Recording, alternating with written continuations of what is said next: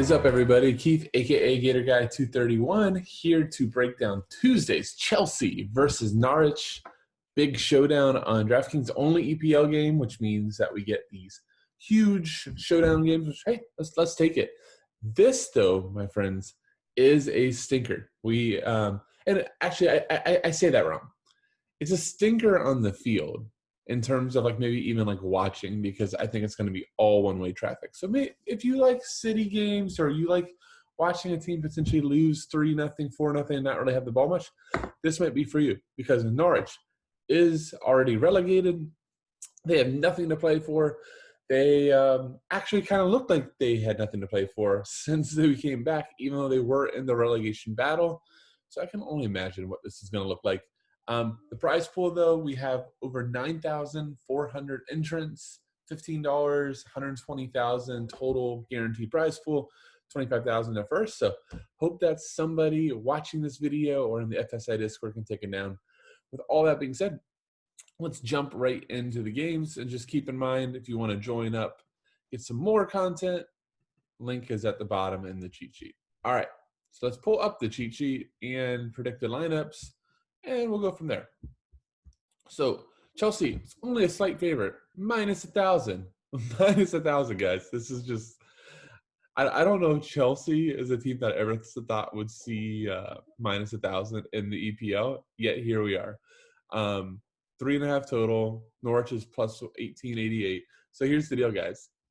That's just screaming at you 5-1 stacks. If that is not screaming at you 5-1 stacks, hey, if you can find a different build and you think 3-3 and you somehow nail the Norwich pieces, you might win that GPP. But I think the predominant way that people are going to attack cash, optimal, single entry, those type of things, is going to be 5-1 stacks. So let's talk about Chelsea, since that's really what we're going to care about. First two people into 80 to 90% lineups, and that's high, but it should be good lineups, is Willian and Pulisic. Willian has been taking every single set piece for Chelsea, including PKs, so he is the most likely captain. Christian Pulisic, has been awesome since coming back. Most Chelsea fans and pundits have called him their best player. He is coming off of probably his worst DFS game. I'm not going to try to evaluate his play in the field. I didn't get to watch the game, but his first DFS game with only 7.4 floor games. Before that, 20.8 with a goal, 12.2 with no goal or assist, 8.2 no goal or assist, 16.6 with a goal versus Man City, and then 16.2 with a goal versus Villa. So I think those two, obviously being the wide attackers, are the safest, of the attacking bit. You could argue that the safest play, if he makes the lineup, is going to be Marcos Alonso. He's one of the premier attacking fullbacks in the Premier League. The only issue, and why he is not on the field every single time, is because he is one of the worst defenders in the Premier League. That being said, there should not be a ton of defending needed today, so I do think that he makes the lineup after Reece James got the last, 2 to 3 starts. Would move Azpilicueta over to the right. I kind of skipped one thing I really wanted to mention up at the top, so I'm going to go back there now. Part of why this minus 1,000 here, I already said how Norwich does not care about this game. Maybe their players do a little bit, right? Except for when you already go down 1-0 5 minutes in, you're just this shit again. But Chelsea is playing for a Champions League spot. They absolutely shit the bed over the weekend versus Sheffield. They got very fortunate that United decided to allow that last-minute goal versus Southampton yesterday, or they would already, be down in the fourth. But they're fourth spot, tied with Leicester. Instead, 1 point ahead of Leicester. Instead, they are on 60 points. Leicester's on 59, Man United's on 59, and Wolverhampton's on 50. So Chelsea desperately needs to make that happen. They already spent out a ton of money on Timo Werner. They want to spend a ton of money on Kai Havertz, depending on who you listen to. But, realistically speaking, they have to win this game, and they need to do so convincingly. So I expect them just to absolutely, Frank Lampard at the start of games, if you ever watch them, loves just to overrun, high press, tons of energy. So I think that's how you're going to see, and I really expect Chelsea to score very early. That might be, to mimic Mr. Laird or Matt Bernbach, two awesome follows on Twitter. So make sure you do that. Soccer follows, but Laird's been nailing like yellow cards and some gold scorers for some betting. So I'll take my chance. I'll say a goal in the first 15 minutes for Chelsea. I think that would be a good bet. I have no idea what the odds are on that, but that would be a really fun little bet because I think it's going to come early. All right, back to the plays. So, Pulisic, Willian, and Alonso for cash would probably be my first three and maybe like my core. We'll see once lineups come out. But I think the next big decision that you're going to have to make is, are you going to end up going like a fullback? So you're going to go like the safety route with Cesar Azpilicueta, or do you want to go for upside, knowing that there are going to be goals with the likes of Olivier Giroud or Mason Mount? Between those two, Mount has really struggled since coming back. It doesn't help that he's getting no set pieces. So, Giroud is a guy that it feels to me like every time he starts that he is that he's scoring. And I'm actually going to pull this up and see if my feeling is right. So yeah, his last two starts, which were versus Crystal Palace and Watford, soft matchups, but we had 2 goals. We had a goal in each game. Actually, with Giroud is outside the goal, there isn't going to be much of a floor. But look, like we know what we're getting, right? We want the goal. The other thing is, he's always a sub risk for Tammy Abraham or.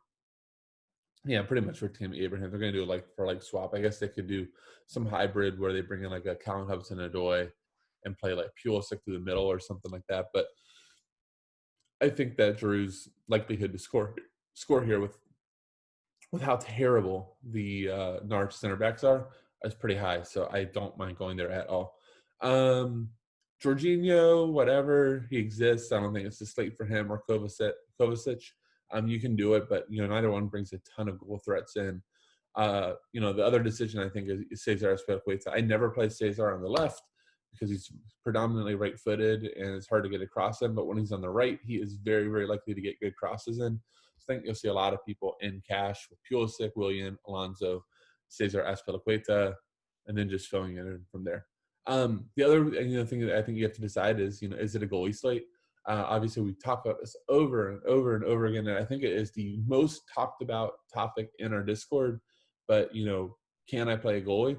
And, I have the asshole answer. So I apologize to my subscribers, but, they know it's coming. They ask if you can play a goalie. I go, if he's not going to concede, of course.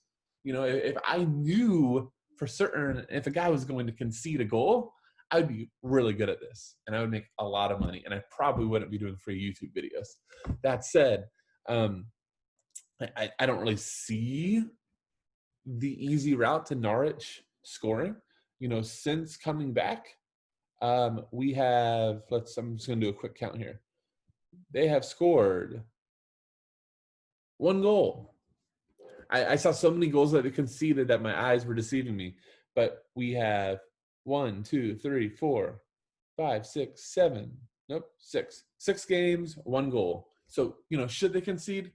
Probably not. Or should they score? Probably not. But it is Kepa. Kepa really enjoys conceding. Be really interesting if Frank does a huge shakeup here and starts Willie Caballero or something. I'm sure the board would be pissed. But we've seen Frank do some bold stuff. So yeah, so that's Chelsea, and then Rudiger, just for what it's worth, is a little underpriced for last minute. I think he's 3,400 versus Zuma's 4,200. Yet Rudiger's a better player. Okay, on to Norwich side. I'm not going to spend a lot of time on this at all because, I already told you, I'm going to look 5-1. I do want to just bring up a point.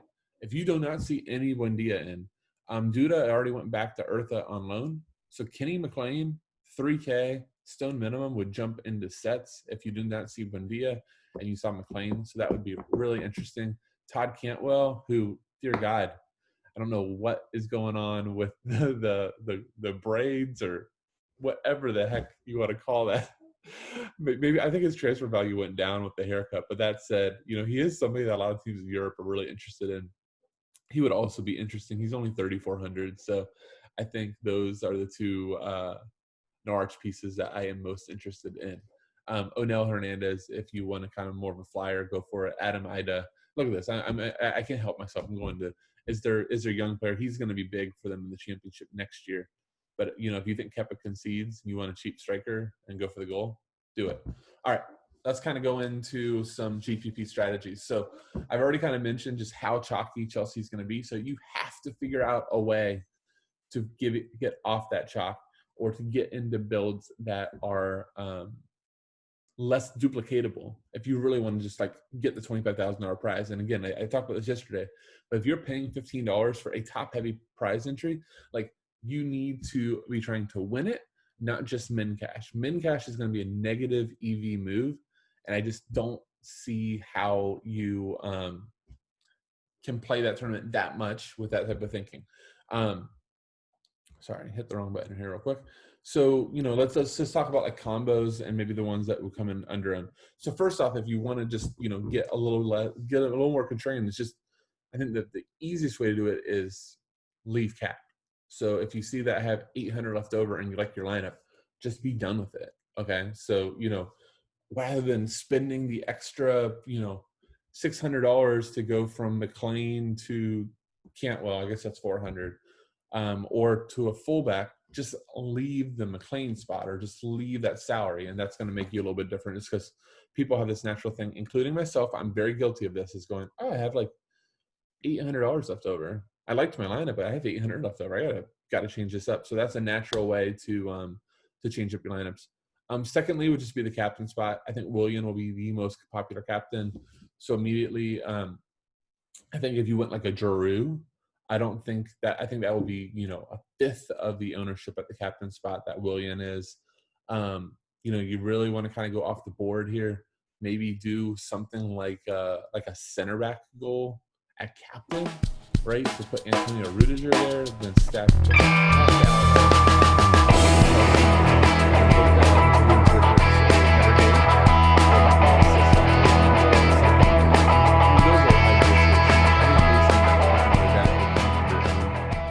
so much focus on Willian and Pulisic. And then the fullbacks, I think the natural place that people go for like the third attacker is going to be Olivier Giroud. So if you want to kind of be different, go into Mason Mount. Final thing, I hate talking about this, but it might be a slate to consider a substitute for a goal, especially with Norwich, probably by the end being pretty worn down by Chelsea's press. So, Callum Hudson-Odoi is somebody to maybe consider, maybe a Tammy Abraham. I'm trying to think of the rest of Chelsea's bench, maybe on the attacking side of things, who could be interesting. Just give me it'd be cool if Timo Werner was there. That would be a good pick. Maybe like a Pedro. Nobody's going to play Pedro from a sub standpoint. So, yeah, I think that those would be some routes. Final one is I really don't know how to judge Kepa's ownership on this slate, just to be real with you guys. But, goalie captains are not very, very popular. The issue with Kepa today is I just don't know how much work he will get. And I would be scared to death as a Kepa owner of the work he does get because, Kepa concedes. So, but if you kind of want to be different, maybe throwing Kepa at the captain spot, that'll give you a little bit of freedom, stacking your attackers, maybe do a defender or two for correlation for the clean sheet.